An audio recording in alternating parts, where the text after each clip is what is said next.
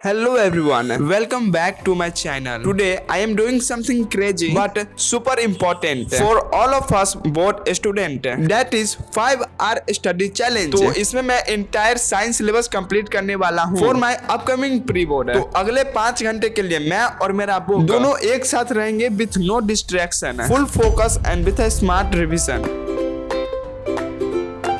Smart revision कैसे होगा? तो मैं यूज करने वाला हूँ 1 o'clock बुक। इस बुक का क्वालिटी है कि एनसीईआरटी का सिलेबस 100 पेज में ही कवर है, जिससे कि मुझे बर्डन फील नहीं हुआ। तो इस बुक में मिल जाता है आपको 3D diagrams, audio book, colourful notes and flow chart and many more, जो मैं इस वीडियो में कवर नहीं कर सकता हूँ। तो अभी मैं अपना 5-hour स्टडी चैलेंज स्टार्ट करता हूँ। अभी हो रहे हैं 11:48। तो मेरा टारगेट होगा 4 बजे तक सिलेबस कंप्लीट करना। तो मैं सबसे पहले केमिस्ट्री से स्टार्ट करता हूँ, क्योंकि मेरा केमिस्ट्री सबसे बिग सब्जेक्ट है, इसलिए मैं सबसे पहले केमिस्ट्री को ही किया। तो सबसे ज्यादा मैं ध्यान दिया केमिकल फार्मूला पे और रिएक्शन के टाइप्स पे, क्योंकि ये बोर्ड के लिए मोस्ट इंपोर्टेंट टॉपिक है। इसलिए मैं एक ब्लैंक पेज पे मोस्ट इंपोर्टेंट केमिकल फार्मूला लिख डाला। तो ये चैप्टर मुझे फिनिश करने में 10 से 12 मिनट लग गया। तो अब बढ़ते हैं सेकंड चैप्टर पे, जिसका नाम एसिड बेस एंड साल्ट है, और ये भी एक बोर्ड का मोस्ट इंपोर्टेंट चैप्टर बन जाता है साइंस का। तो मैं इसलिए इसको भी एक कंसिस्टेंसी एंड डिसिप्लिन के साथ में पढ़ने लगा। तो मैं एसिड बेस चैप्टर का भी इंपोर्टेंट केमिकल फार्मूला लिखा। तो इसी तरह मैं केमिस्ट्री के आगे 2 चैप्टर फिनिश किया, जिसका नाम मेटल एंड नॉन मेटल्स है and carbon and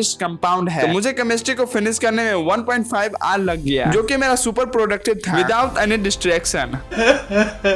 let's guys move to the biology. तो गाइस आप लोग को पता ही होगा जो बायोलॉजी में लाइफ प्रोसेस से स्टार्ट करना होता है। तो इसलिए मैं चैप्टर 1 को मैं 1 o'clock बुक से पढ़ने लगता हूँ, और फिर उसके बाद मैं डायग्राम देखता हूँ तो मुझे समझ में नहीं आता। तो 1 o'clock बुक में मिलता है आपको 3D डायग्राम का फीचर। तो काफी इजी है डायग्राम को समझना। और फिर उसके बाद मैं चला गया बायोलॉजी के सेकंड चैप्टर पे, जिसका नाम control and coordination. Personally guys मैं आप सबको बता दूं, ये चैप्टर मुझे अच्छा लगता है क्योंकि ये हमारे बॉडी के बारे में दिया गया है। तो आज मैं पहली बार देखा हूँ ब्रेन का 3D डायग्राम, जो मुझे बहुत ज्यादा इंटरेस्टिंग लगा, और मुझे ब्रेन का स्ट्रक्चर भी समझ में आ गया। तो मैं ऐसी ही बायोलॉजी के लास्ट 3 चैप्टर को मैं कंप्लीट किया। इसे करने में मुझे लिटरली गाइस मुझे नींद आने लगा था। तो मैं इसलिए थोड़ा बहुत मैं वॉक करके मैं कंट्रोल किया। बायोलॉजी को खत्म करते करते मुझे 2:45 हो गया।